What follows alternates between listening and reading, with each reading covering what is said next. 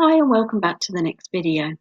So by now you will know who your ideal client is. So how do you go about finding them? Well, obviously you need to try and make as many connections as you can on LinkedIn, but meaningful ones. And by way of the fact that you're connecting, the more people you connect to, the more people they know, etc., etc. We're all 3 degrees separated. So there's a couple of ways you can do it. The first is you can go to My Network. And you can look down below. First of all, you have invites that you have pending, and then you have recommended for you. So you can have a little scroll through this section and either say yes or no, I don't know these people. I suggest not to click directly on connect, but rather actually click on their name and go into their profile. Have a look at what they do, and then if you decide you then want to, then press connect and put a personal note with it. So that's one way of finding people. That's second degree connection, so they already know the people that you're connected to currently. The other way of doing it is by starting on your homepage when you first come into LinkedIn and using the search functions. So you can either do a freehand search, just typing in either a name or a job title type of thing like that. Or you can use the following search operators. So you can use title. By the way, all of these search operators, you put in the search and then a colon and then the actual thing. So for example, title, you would put in title and then colon. Hit the right button.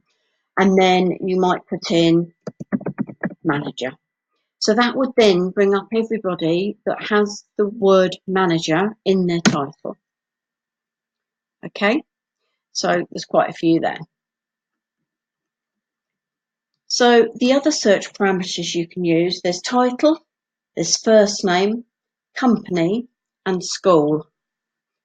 And it's exactly the same with all of them. So if you wanted to find all staff at Whitbread, for example, you would type in company, Whitbread.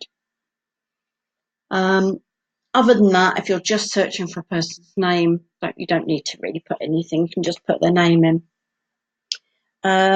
Where it does come in is you can niche it down and narrow it down further by using Boolean search. So if you're not familiar with Boolean search, you can also, in addition to those words and the way I've just shown you to search, you can use the word and, or, and not within it.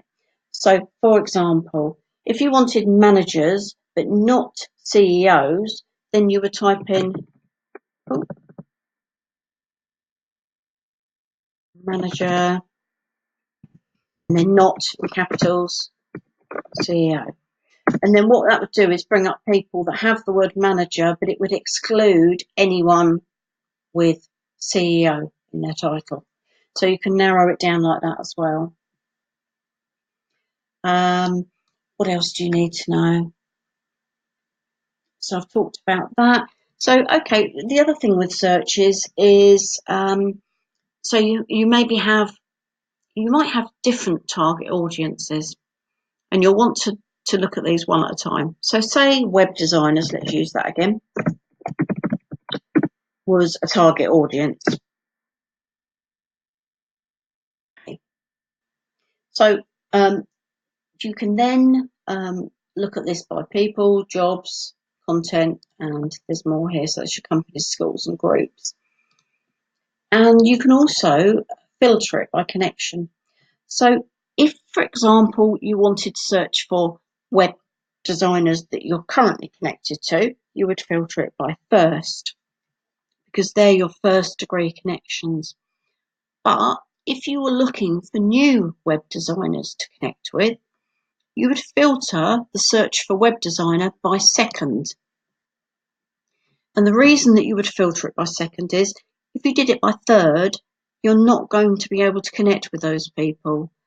You can only connect if you have the person's information like email and things, or if they're a first connection.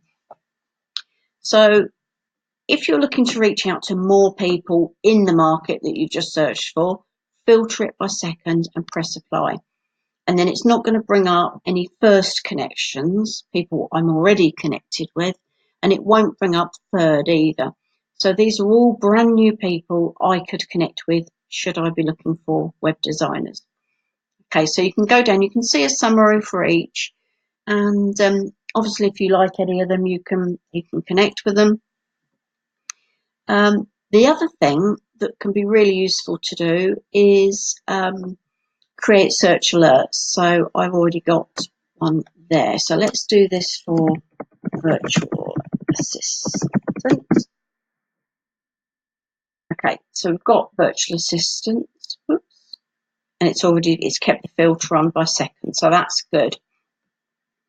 So I've created this search, and it's something I'm going to want to go back in. I'm always going to want to find new virtual assistants, for example.